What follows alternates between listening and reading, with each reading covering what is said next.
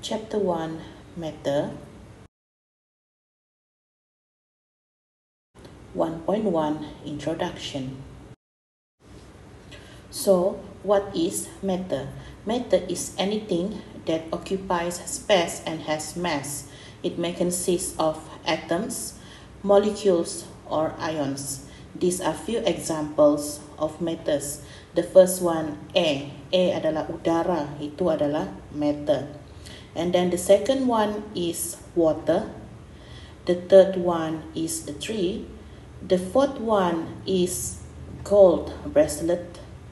Okay, lepas tu kita ada atom di situ. Dan actually, apa-apa sahaja di muka bumi kita ini yang ada ruang, that occupies space and has a mass dan ada jisim, itu semua adalah matter. So there are three states of matter, which are solid, liquid, and gas. Okay, so matter can be classified into pure substance and also mixtures, in which the pure substance can also be classified into elements and compounds, while mixtures can be classified into homogeneous and heterogeneous.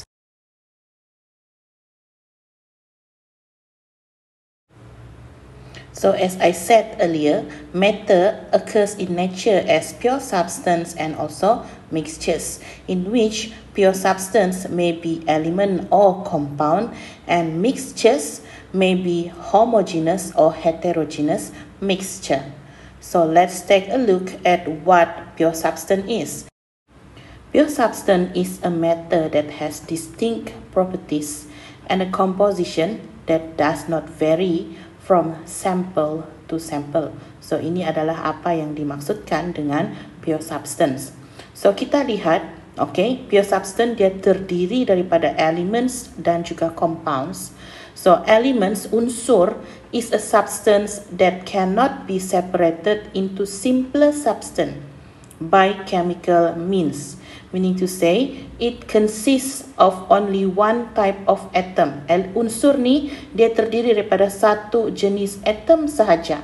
Sebagai contohnya, kita ada helium, oksigen, dia O dengan O, nitrogen, dia N dengan N, neon, sodium, magnesium, dan juga fluorine, F dengan F.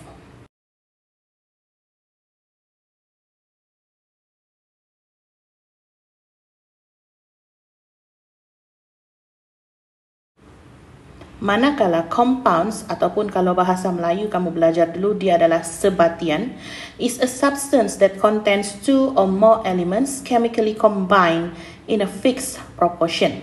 Okay, sebagai contohnya kita ada H2O, dia terdiri daripada tiga unsur HH dan O. Lepas tu copper oxide, Cu dan juga O, sodium chloride, sodium and chlorine. Okay, so ini adalah beberapa contoh compounds ataupun sebatian.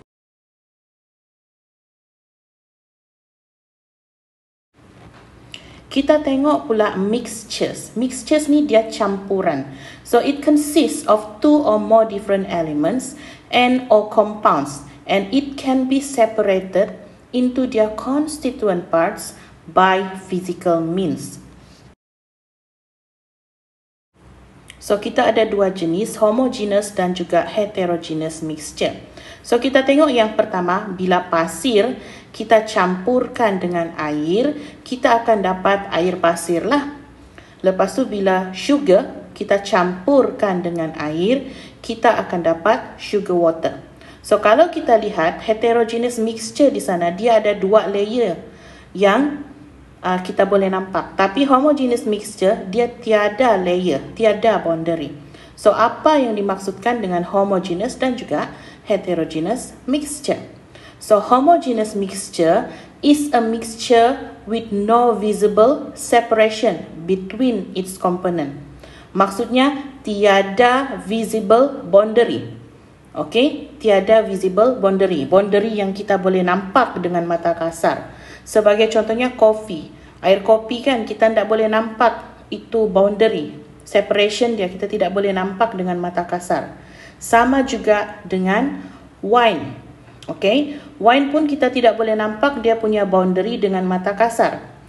Air ini udara di sekeliling kita, yang mana ianya terdiri daripada carbon dioxide, oxygen gas, nitrogen gas, dan juga molekul air.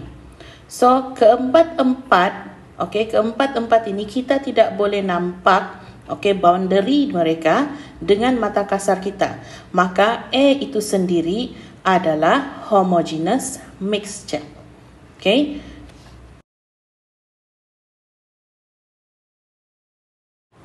Seterusnya, brass adalah alloy bagi copper dan juga zinc. Okay. Sebab ini brass ni kita tidak nampak visible separation dia, jadi ianya juga adalah homogeneous mixture. So ceritanya juga sama untuk steel, natural gas, vinegar dan juga blood. Okay, kita tengok pula untuk heterogeneous mixture.